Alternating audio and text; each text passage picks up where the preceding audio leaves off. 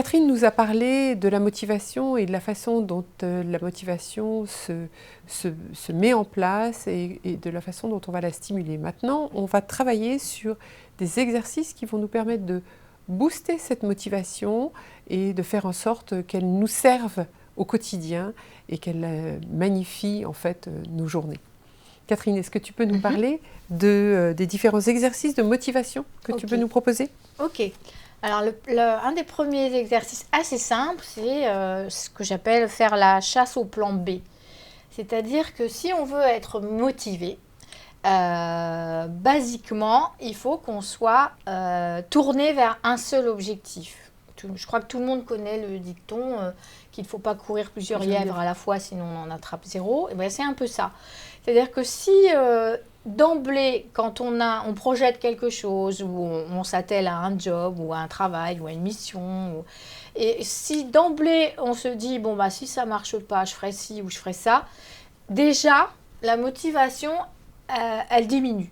C'est-à-dire que l'idée, c'est, voilà, mon objectif, c'est celui-là, je suis monotache, je vise ça, et après, on verra. Si ça rate, on verra. Mais pour l'instant, je ne considère pas que ça puisse échouer, et donc, je n'ai pas besoin de plan B. D'accord. Ça, c'est une première chose. Alors, ensuite, il y a une chose qui est importante, c'est qu'on est vraiment pollué, en fait, par une petite voix intérieure, souvent, hein, qui nous dit oh, bah ça, non, ça, c'est pas pour toi, ça, tu y arriveras jamais, ça, t'es pas à la hauteur, ça va pas marcher, t'es trop nul, etc. Donc, ça, ce sont les croyances limitantes qu'on a envers soi-même.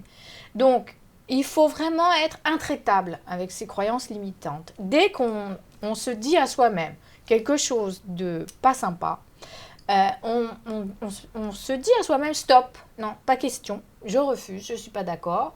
Et on remplace cette croyance limitante négative par une autre qu'on s'invente ou qu'on... Alors par exemple, si on se dit, au lieu de se dire j'y arriverai jamais, on se dit bah enfin si d'autres y arrivent, pourquoi pas toi? Il n'y a aucune raison que tu n'y arrives pas. Si d'autres y arrivent, on peut penser à ceux qui y arrivent.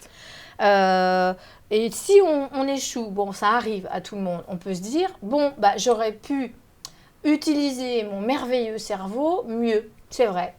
Mais on ne dit pas, je suis trop nulle. Hein, voilà, ça fait partie des choses qu'on peut se dire.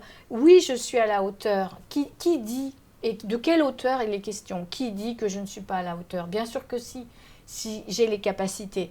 En fait, il faut vraiment... si un de vos amis vient à vous et vous dit « Oh là là, je suis nulle, j'y arriverai jamais », qu'est-ce que vous faites? Vous lui dites mais pas du tout, mais regarde, tu as réussi ça, tu es capable de ci, tu fais ça bien.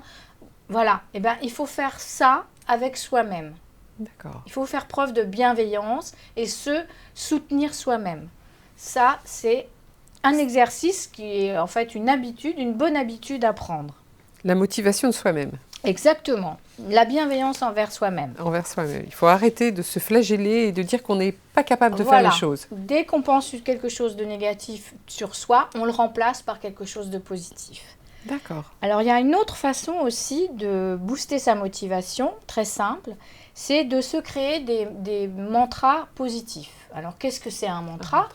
C'est une petite phrase sympathique, positive, qu'on se dit à soi-même pour se remonter le moral, se donner de l'énergie. Alors, qu'est-ce que ça peut être? Ça peut être, voilà, là, je vais réussir, je vais y arriver, hein, parce que je le veux, parce que j'en suis capable, parce que je le peux, parce que je le mérite, parce que je le désire profondément, parce que j'y ai droit, j'en ai le droit, oui. J'ai le droit de réussir. La légitimité, c'est très important, parce que c'est important pour moi que j'y arrive, et parce que, vous savez, cette formule de la pub là, qu'ils ont repris, parce que je le vaux bien. Il n'y a aucune raison que je ne vaille pas autant que le voisin. Ça, ce sont des mantras positifs. Alors, vous pouvez trouver les vôtres. Ça peut être je vais surmonter cette difficulté parce que je le mérite, parce que j'ai droit, parce que... Enfin, tout ça. Vous pouvez également créer des mantras pour vous encourager vous-même, c'est-à-dire chaque jour, je vois que je progresse. Chaque jour, j'en fais de plus en plus. Chaque jour, je travaille de mieux en mieux. Chaque jour, je me sens de mieux en mieux. Chaque jour, je m'améliore. De jour en jour, de jour en jour, de semaine en semaine, je progresse. Il faut vraiment voilà, se faire du bien avec des paroles, des mantras réconfortants. Alors, autre exercice, on en a déjà parlé pour lutter contre le stress. Donc, on peut faire appel aussi pour booster sa motivation à la visualisation positive. Alors là, on va procéder un petit peu différemment. Au lieu de s'imaginer oiseaux ou poissons dans la mer, on va imaginer le film de son succès, mais vraiment dans les détails. On va s'y voir, en fait. C'est-à-dire que selon son objectif et selon ce qu'on veut atteindre, on va se voir le lendemain de son succès. On va visualiser les autres qui vous félicitent, qui vous disent bravo, super, c'est cool, t'as réussi. Si c'est un concours, on se voit avec le trophée ou le résultat le A de admis si on a passé un concours. En haut des marches de Cannes. Ouais, si on veut être comédien. Mais il faut que ça reste... c'est pas se raconter. Là, il faut que ce soit très circonstancié au travail. Parce que là, à quelque chose qui soit atteignable et qu'on veut atteindre. D'accord. Hein. Donc, ça peut être une super intervention lors de la réunion, ça peut être enfin la promotion ou l'augmentation de salaire qu'on a. On s'y voit. On se voit avec la fiche de paye à la fin que oui, effectivement, le chiffre est celui qu'on attend. D'accord. En fait, l'important dans la visualisation positive, c'est vraiment de se faire son film et en détail et d'être dedans. Parce que du coup, alors c'est vrai que ça peut paraître comme ça difficile, mais en fait, c'est assez simple. Quand on est enfant, on se raconte des tas de trucs comme ça. C'est ça. Hein. Il faut retrouver un petit peu son âme d'enfant. C'est toujours avec un happy end. Hein. La visualisation positive, c'est pas pour rien que ça s'appelle comme ça. Faut surtout pas imaginer une cata à la fin. Parce que alors là, c'est pas possible. Même pas l'évoquer.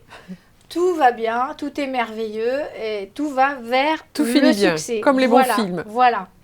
Alors, ces techniques de visualisation positive, elles peuvent être le soir pour s'endormir, qu'on se raconte. Et d'ailleurs, ça peut orienter ses rêves. Ça arrive, c'est possible. Ou le matin pour démarrer la journée. C'est quand même très galvanisant d'arriver au boulot en s'étant visualisé, félicité par tout le monde pendant que tout le monde s'extasie devant votre superbe démo. Très bien, Catherine, avec tous ces conseils, ces merveilleux conseils que tu nous as donnés, je pense que nous allons pouvoir nous endormir tous les uns et les autres avec une visualisation positive de nos vies et que tout ça nous permettra demain matin de nous réveiller en super forme. Merci à vous. Merci Catherine.